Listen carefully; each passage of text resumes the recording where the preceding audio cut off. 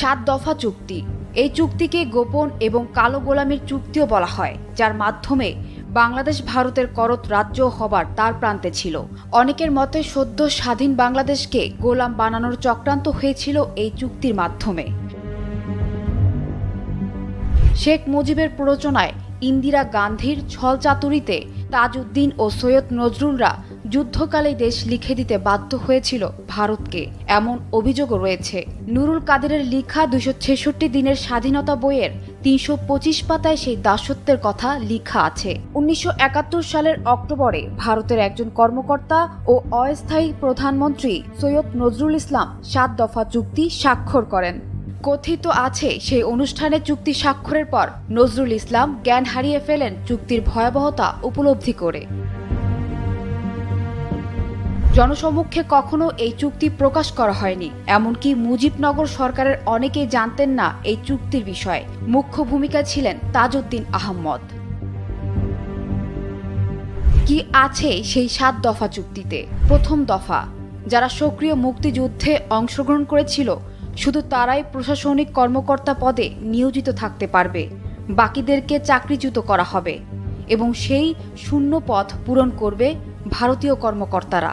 দ্বিতীয় দফা, বাংলাদেশের কোনো নিজস্ব সেনাবাহিনী থাকবে না। তৃতীয় দফা, অভ্যন্তরীণ আইনশৃঙ্খলা রক্ষার জন্য মুক্তি বাহিনীকে কেন্দ্র করে একটি প্যারা মিলিশিয়া বাহিনী গঠন করা হবে।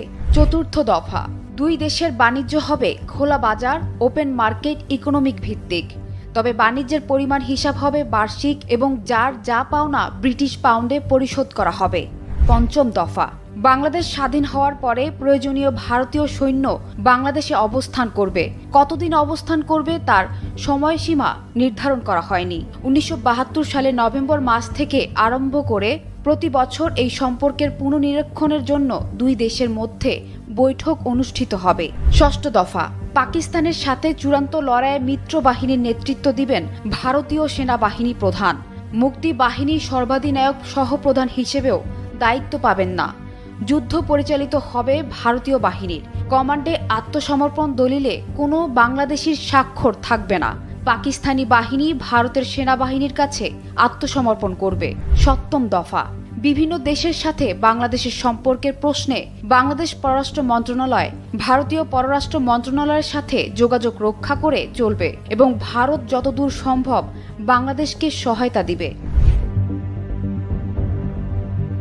চুক্তির বিষয়গুলো নিয়ে রাজনৈতিক মহলে আলোচনা থাকলেও মাওলানা ভাসানীর হক কথা পত্রিকায় বলেছিলেন, ভারত বাংলাদেশকে সুবিধা মতন বাগে পেয়ে গোপন চুক্তি স্বাক্ষর করে নিয়েছে। মুক্তিযুদ্ধের 9 মাসে ভারত যে সাহায্য দিয়েছে তার প্রতিটা সাহায্য পরিশোধ করে এই শর্তের মাধ্যমে। সত্যিকার অর্থে বাংলাদেশ ভারতের প্রতারণার শিকার হয়েছে, অনেকটা গাছে তুলে মই নিয়ে যাওয়ার মতন বলেও অভিযোগ রয়েছে।